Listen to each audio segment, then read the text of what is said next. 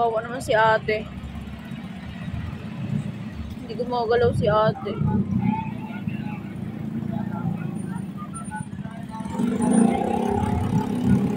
Meron po na aksidente dito.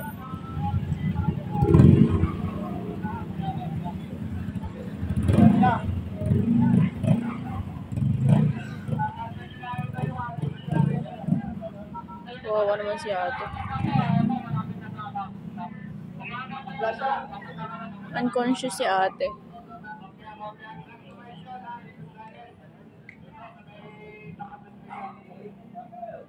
Tinatanong nila kung ano, kung okay lang.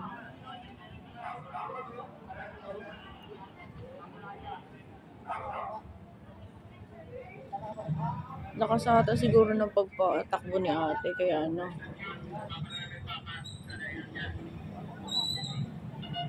Kaya sa daanan ko lang.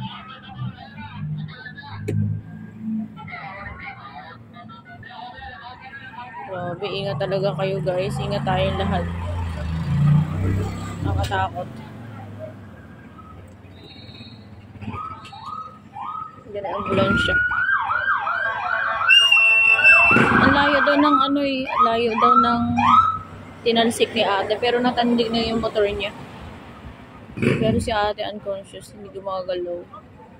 Pero parang natatanong baka nakamalay na. Parang tinatanong ng babae dun.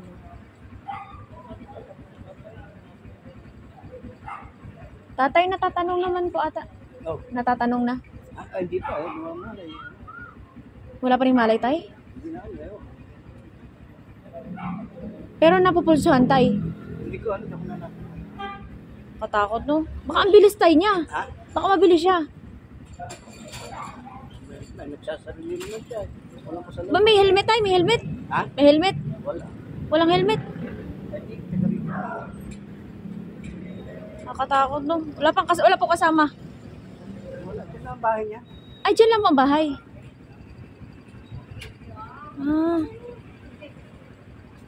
Sana okay lang si ate. Baka may baka may part sa kanya na kaya hindi siya talaga makapagsalita.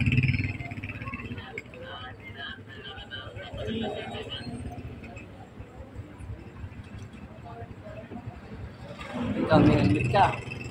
Opo. Sa panauwi. Yan po sa Mary Ann, sir. Lagi ako nag-helmet ay lagi. Sa trabaho mo? Pa? Saan trabaho mo? Diyan po, sir, sa Kabsu. May kami dyan, may helmet shop.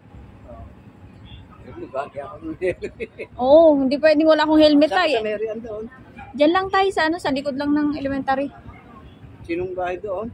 Eh, May tindahan doon? ano po ay, dito, Tatay Bakit kami Lino, bago? Tatay Lino.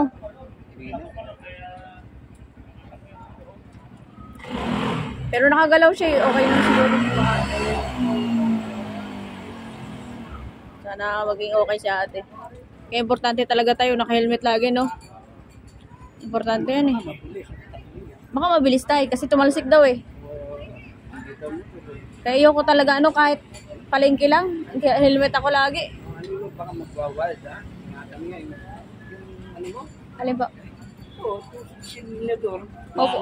Pag nagwal yun, yan. Dati tayo hindi ako marunong mag-control, pero syempre, dumaan ako ng muna, driving school para matuto ng maayos.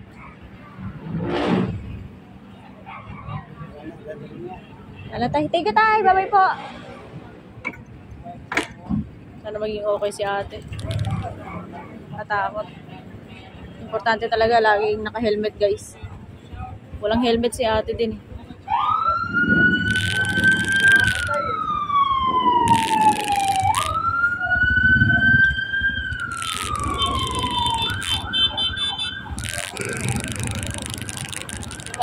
Hi. Thank you po. Thank you.